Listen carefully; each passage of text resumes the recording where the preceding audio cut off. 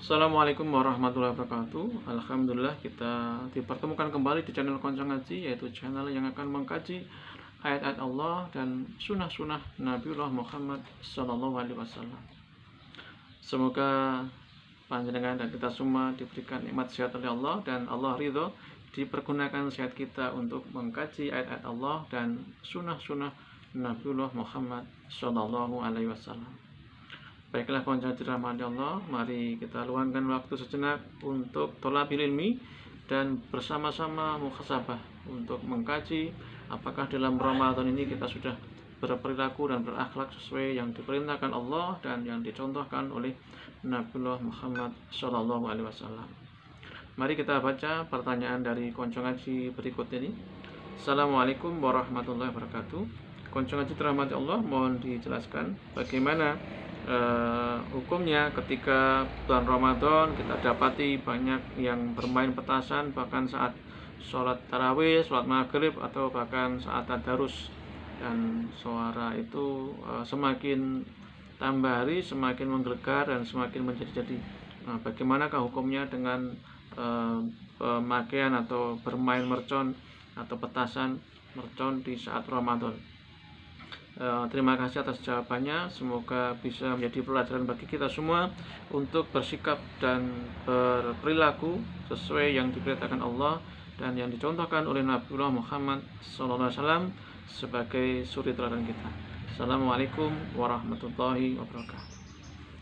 Assalamualaikum warahmatullahi wabarakatuh. Terima kasih konco ngaji atas pertanyaannya yang luar biasa, dan itu memang sering kali kita jumpai dimanapun kita berada di wilayah Indonesia ini. Ketika Ramadan tiba, maka mercon pun akan ada di mana-mana menggelegar, dari hari pertama yang kecil-kecil sampai nanti menjelang akhir Ramadan yang paling besar, dan kadang-kadang kaca jendela kita bahkan sampai bergetar.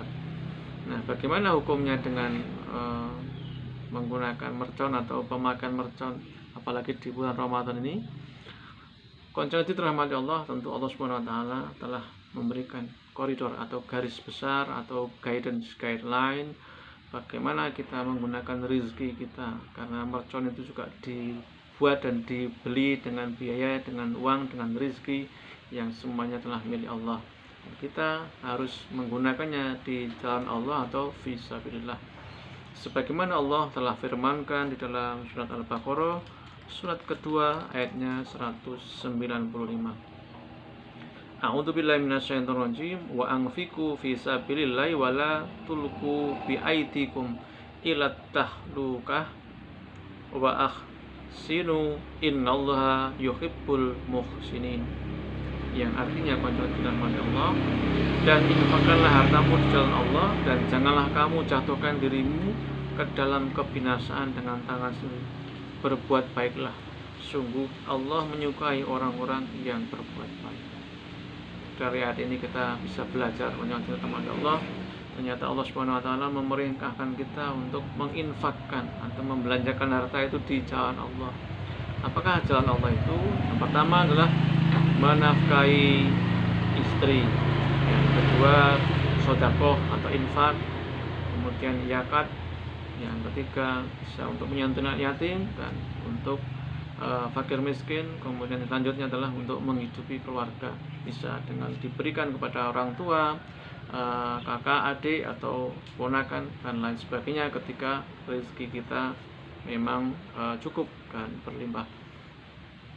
Kemudian bagaimana kaitannya dengan tadi adanya mercon yang dengan kian maju bulan Ramadan tanggalnya kian menjadi-jadi?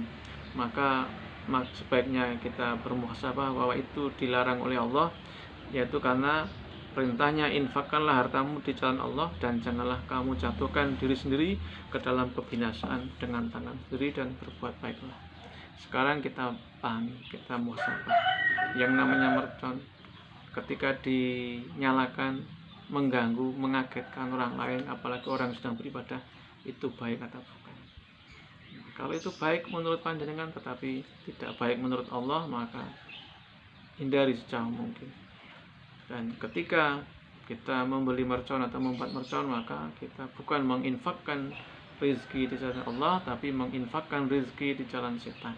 yaitu di jalan yang bukan diridhai oleh Allah Subhanahu wa taala. Maka kalau memang panjenengan bisa berkomunikasi dengan baik dengan para pembuat mercon dan juga para pemakai mercon di bulan Ramadan di sekeliling panjenengan, sampaikan melalui Pak RT atau Pak RW atau mungkin Babin Kamtibmas, karena di masing-masing wilayah ada Babin Kamtibmas, dengan cara yang aksan. Kalau tidak bisa, maka hindari, hanya dengan menghadiri atau melihat atau mendengarkan atau menyaksikan, jauhi. Yang ketiga, bisa dengan doakan ketika panjenengan habis sholat atau di waktu yang mustajab, karena hanya dengan memohon kepada Allah SWT yang zat yang bisa membolak-balikkan hati manusia, zat yang bisa memberikan hidayah manusia kepada siapapun hamba Allah itu.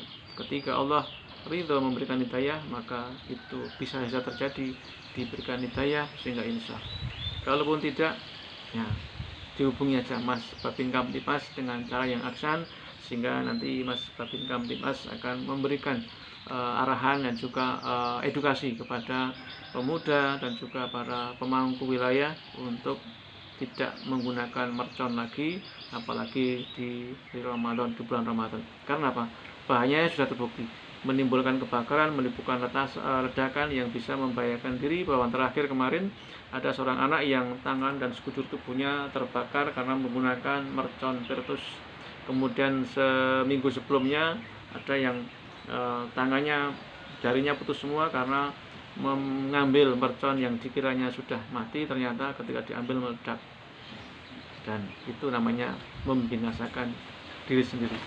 Dan di akhir ayat, sungguh Allah menyukai orang-orang yang berbuat baik. Artinya kalau kita baca terbalik, Allah tidak menyukai orang-orang yang tidak berbuat baik atau berbuat merugikan dan menghalangi orang lain atau mengagetkan orang lain dalam berbuat beribadah kepada Allah SWT, serta menjurus kepada membinasakan diri, menjatuhkan kepada kebinasaan, dan tidak menggunakan rezeki fi sabilillah tetapi fi sabili syaiton. Semoga ada manfaatnya untuk muhasabah bagi kita semua, untuk senantiasa arif dan bijak di dalam bergembira dan euforia menyambut bulan Ramadan. Senang itu boleh, tetapi senangnya dengan cara yang aksan, dengan cara kita berakhlakul karimah, mengkaji ayat-ayat Allah atau mengadakan majelis taklim, bukan dengan cara yang over, berlebihan dan membahayakan diri sendiri serta membahayakan orang lain. Dan di sisi lain juga itu membelanjakan rezeki bukan di jalan Allah. Semoga ada manfaatnya bagi kita semua untuk senantiasa berusaha menjadi lebih takwa sebagai hamba-Allah yang menginginkan untuk diperkenankan memasuki surganya Allah. Semoga kita termasuk hamba Allah yang diperkenankan masuk dalam surganya Allah, dan semoga bermanfaat. Assalamualaikum warahmatullahi wabarakatuh.